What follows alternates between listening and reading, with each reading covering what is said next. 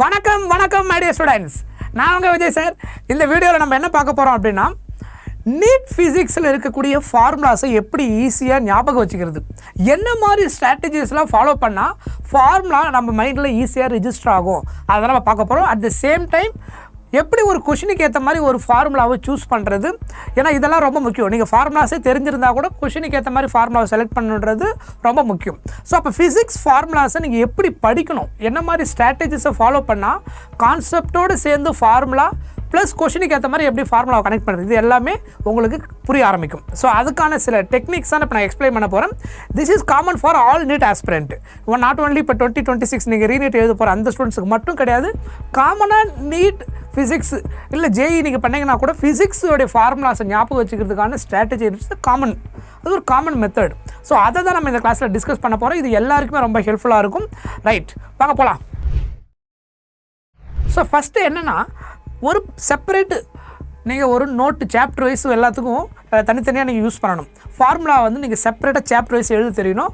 அதுக்கு நம்ம first heading wise என்னென்ன ஃபார்முலாஸ் இருக்குது, அந்த ஃபார்முலாஸில் எது டெரைவ்டு ஃபார்முலா, எது டைரக்ட் ஃபார்முலா, அதுக்கப்புறம் அந்த ஃபார்முலாவில் ரிலேஷனுக்கு அந்த மாதிரி கிராஃப் எப்படி இருக்குது, என்ன மாதிரி ப்ரொபோஷனாலிட்டி இருக்குது, இந்த மாதிரி விஷயங்கள்லாம் ஸ்டெப் பை ஸ்டெப்பாக நீங்கள் ஒரு சாப்டருக்கும் எழுத தெரியணும். ரைட், ஸோ அது ரொம்ப ரொம்ப முக்கியம். ஸோ இங்கே நீங்கள் சாப்டர் வைஸ் இந்த மாதிரி நோட் புக் எடுத்துக்கிட்டிங்கன்னா ஃபஸ்ட்டு மெயின் ஃபார்முலா டேரெக்டாக நம்ம டெக்ஸ்ட் புக்கில் இருக்கக்கூடிய ஃபார்முலாஸ் அப்படியே கொடுத்துருப்பாங்க. அதுக்கப்புறம் டெரைவ் பண்ணி சில கேஸுக்கு ஃபார்முலாஸ் வரும், டெரைவ்டு ஃபார்முலா. அது அந்த பர்டிகுலர் கேஸுக்கான ஃபார்முலா இட்ஸ் ஷார்ட்கட். அதில் நான் சொன்னதான் கிராஃப் ரிலேஷன். அதுக்கப்புறம் இந்த ஃபார்முலாவுக்கு டைமென்ஷன் இருக்கா இல்லையா, யூனிட் டைமென்ஷன் எப்படி இருக்குது, அதுக்கப்புறம் அதில் இருக்கக்கூடிய கான்ஸ்டன்ட் வேல்யூ என்ன, அந்த கான்ஸ்டன்ட் வேல்யூக்கு டைமென்ஷன் இருக்கா இல்லையா, இதெல்லாம் தனியாக அழகாக கிளியராக எழுத தெரியணும். ரைட், அதுக்கப்புறம் அடுத்து என்னென்னு பார்த்தீங்கன்னா, இந்த 3 லெவல் லேர்னிங் டெக்னிக், இந்த ஃபார்முலா ஞாபகம் வச்சுக்கிறதுக்கு one of the effective method இதுதான். என்ன அப்படின்னா, ஃபஸ்ட்டு அண்டர்ஸ்டாண்ட் த ஃபார்முலாவை நீங்கள் பிளைண்டாக மெமரைஸ் பண்ணக்கூடாது. ஃபார்முலாவை முதல்ல அண்டர்ஸ்டாண்ட் பண்ணணும். எது டைரக்ட்லி ப்ரொபோஷனல், எது இன்வெர்ஸ்லி ப்ரொபோஷனல், எதனால் அது டைரக்ட்லி ப்ரொபோஷனல் இருக்கிறாங்க. ஸோ டெக்னிக்கலாக அதனுடைய மேத்தமேட்டிக்கல் மீனிங் அதை நீங்கள் ஒரு இமேஜினரி பிக்சராக வச்சு அண்டர்ஸ்டாண்ட் பண்ணிட்டீங்கன்னா உங்களுக்கு மீனிங் கரெக்டாக புரியும். அதுக்கப்புறம் ப்ரொபோஷனாலிட்டினா என்ன, அதுக்கப்புறம் ஈக்குவேட் பண்ணும்போது ப்ரொபோஷனல் கான்ஸ்டன்ட் அங்கே என்ன வருது, அதுக்கப்புறம் அது வெக்டார் குவான்டிட்டியா ஸ்கேலார் குவான்டிட்டியா, இந்த மாதிரி கிளாரிட்டி ரொம்ப முக்கியம். ஃபார் எக்ஸாம்பிள் ஒரு எக்ஸாம்பிள் எடுத்திங்கன்னா, இப்போ ஃபோர்ஸ் F = Q × VB அப்படின்னு நீங்கள் படிச்சிருப்பீங்க. அதாவது V vector cross B vector வெக்டாரில் சொல்லும் போது, அப்போ ஃபோர்ஸ் வந்து எதெல்லாம் டிபெண்ட் பண்ணி இருக்கும், இதில் இருக்கக்கூடிய அந்த காம்பனண்ட்டை வச்சு நீங்கள் கண்டுபிடிக்க தெரியணும். So this is the condition. ஃபார்முலாவை நீங்கள் அப்படி மெமரைஸ் பண்ணுறது மட்டும் இல்லாமல் இதில் இருக்கக்கூடிய ஒரு காம்பனண்ட்டும் மீனிங் என்ன, இதில் எது சேஞ்ச் ஆனால் என்ன மாதிரி சேஞ்சஸ் ஃபோர்ஸில் இருக்கும், எது டிபெண்ட் எது இண்டிபெண்ட், இந்த மாதிரி விஷயங்களெல்லாம் கண்டுபிடிக்க தெரியணும். That is very important for all formula. ஏன்னா அதெல்லாம் தெரிஞ்சால் தான் ஃபார்முலா அவங்க மைண்டில் நிற்கும். ரைட், அதுக்கப்புறம் அந்த அப்ளிகேஷன் அது ரொம்ப ரொம்ப முக்கியம். நீங்கள் வந்து எப்படி அந்த ஃபார்முலாவை அப்ளை பண்ணுறது டிஃப்ரெண்ட் கேஸுக்கு. ஏன்னா இப்போ நம்ம ஃபார்முலா தெரிஞ்சுட்ருக்கோம், பட் ப்ராப்ளமில் நம்ம அப்ளை பண்ணும்போது தான் அந்த ஃபார்முலாவை நமக்கு எப்படி யூஸ் பண்ணணுன்ற ஐடியா கிடைக்கும். ஏன் அந்த ஃபார்முலாவை இந்த கேஸுக்கு யூஸ் பண்ணுறோம், கிவன் டேட்டாவுக்கு நம்ம எப்படி கனெக்ட் பண்ணுறோம், அதெல்லாம் எதை வச்சு டிசைட் பண்ணோம், நமக்கு தெரிஞ்ச அந்த கான்செப்ட் ஃபார்முலா ரெண்டுத்தையும் சேர்த்து கனெக்ட் பண்ணுறதை வச்சு தான். ரைட், இப்போ வந்துட்டு இந்த கேஸ் என்ன அப்படின்னு பார்த்தீங்கன்னா, இப்போ ஃபார் எக்ஸாம்பிள் ஸ்ட்ரெச்டு ஒயர் கேஸுக்கு நம்ம சில ஃபார்முலா பார்த்துருப்போம்.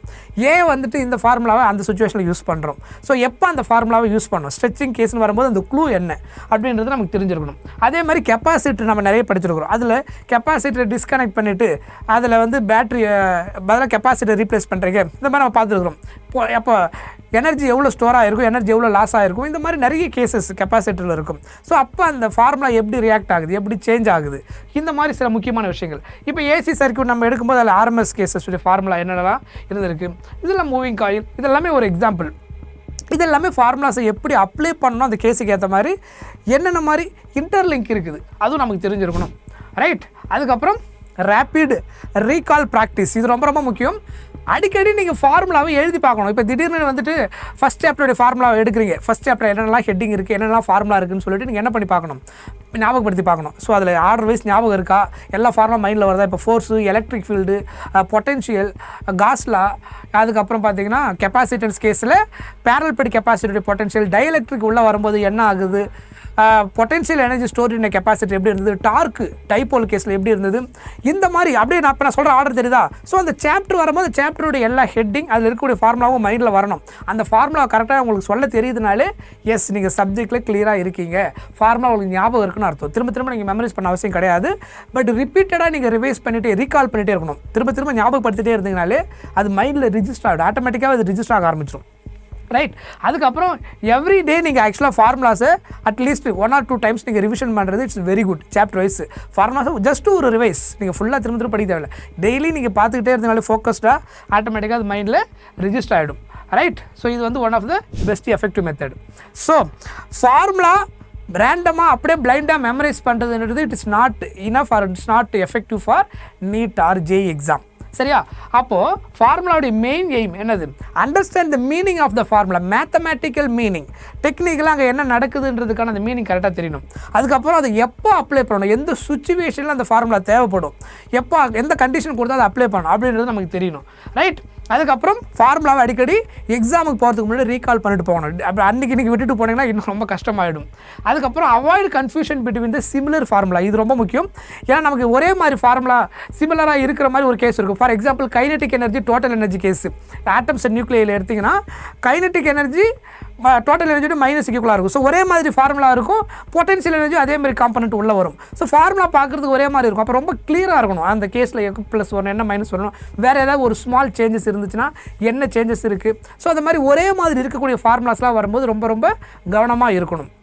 கன்ஃபியூஷன் இருக்கக்கூடாது. அது ரொம்ப ரொம்ப முக்கியம். இந்த மாதிரி தெளிவாக கிளியராக நீங்கள் ஃபார்முலாவை ப்ரிப்பேர் பண்ணிங்கன்னா ஸோ சாப்டர் வைஸ் போட்டு முக்கியமான என்ன நம்ம ஃபார்முலா இருக்குது, அதில் ப்ரொபோஷனாலிட்டி என்ன, அதில் எது வேரியபிள், அதுக்கப்புறம் அது வெக்டார் குவான்டிட்டியா ஸ்கேலார் குவான்டிட்டியா, அதில் இருக்கக்கூடிய யூனிட் என்ன, அதுக்கப்புறம் அதில் இருக்கக்கூடிய கிராஃப் அந்த கேஸுக்கு எப்படி இருக்கும், கிராஃப் ட்ரா பண்ணோன்னா லீனியர் கிராஃப் வருதா, ஹைப்பர்போலிக் கிராஃப் வருதா, பேரபோலிக் கிராஃப் வருதா, என்ன மாதிரி அந்த கிராஃப் வருது. இந்த மாதிரி எல்லாத்தையும் நீங்கள் ரொம்ப கிளியராக படித்து வச்சுக்கிட்டிங்கன்னா ஸோ எந்தெந்த சுச்சுவேஷனுக்கு எந்தெந்த ஃபார்முலாவை கனெக்ட் பண்ணணுன்ற ரீசன் உங்களுக்கு தெரிஞ்சிருந்தாலே ஈஸியாக ஆன்சர் வந்துடும். ஸோ ஆன்சர் கெட் பண்ணுறதுன்றது very very simple. That is not that much difficult. Okay right. So கண்டிப்பாக இந்த வீடியோ உங்களுக்கு ரொம்ப யூஸ்ஃபுல்லாக இருந்திருக்கும். அடுத்தது வேறு ஒரு முக்கியமான டாபிக் ஒன்று நம்ம டிஸ்கஸ் பண்ணலாம். Thank you so much. பை.